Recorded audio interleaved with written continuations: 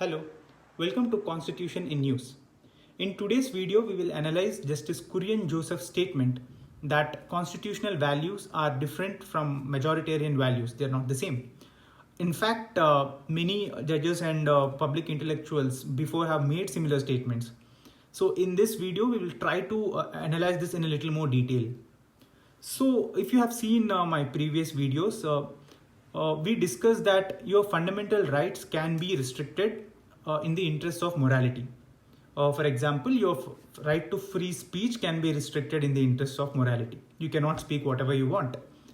So in this context, we have to see what this morality is. As we know, morality is a very subjective thing. What is your morality is different from my morality. So who would define morality at the end for the purpose of law? Is it the government's morality, or is it the prime minister's morality, or is it the morality of party in power? So this is a very subjective thing. Each one would have their own morality, and that makes things a little confusing for everyone. So the answer is that we should source our morality for law from the Constitution itself. That is what Justice Kurian Joseph has said. And the Supreme Court has used this provision under many judgments as well.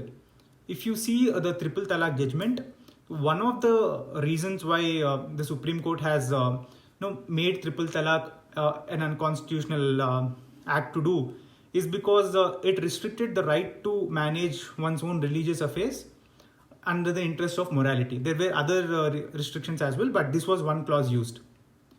Not only that, when Supreme Court wanted to allow women into the Sabarimala temple, many religious groups came up and said that this was not according to the religious morals. And the Supreme Court invoked the same provision and said that law would function on constitutional morality and not religious morality. So what is this constitutional morality? So which Justice Kurian Joseph has also mentioned the same thing, right?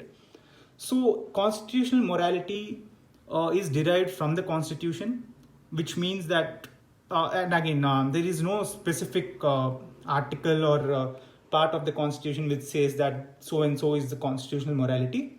But the form of the Constitution, right from the preamble of the Constitution to many provisions of it, like the rights the Constitution has given. If you see, we can name a few moral aspects of the Constitution, like equality. We right to the Constitution. Like the first fundamental right the Constitution gave is right to equality. So that is one aspect of the morality, and secularism is one aspect of the morality. So that way there are a few provisions of the Constitution that are interpreted by the judges in the Supreme Court, which come under constitutional morality. But of course, at the end, this also is a subjective thing about what to consider as constitutional morality or not. And often there were times when judges use their own subjective interpretations of morality and pass that as constitutional morality. So it is in this context that Justice Kurian Joseph has made this statement. He appealed to judges that one should be very conscious whether they are interpreting their own morality or constitutional morality, or seeing it in a more objective way. So that is constitutional morality. It is a little complex thing, and I hope I tried to address it. And we will come up with a new constitution news tomorrow. Thank you.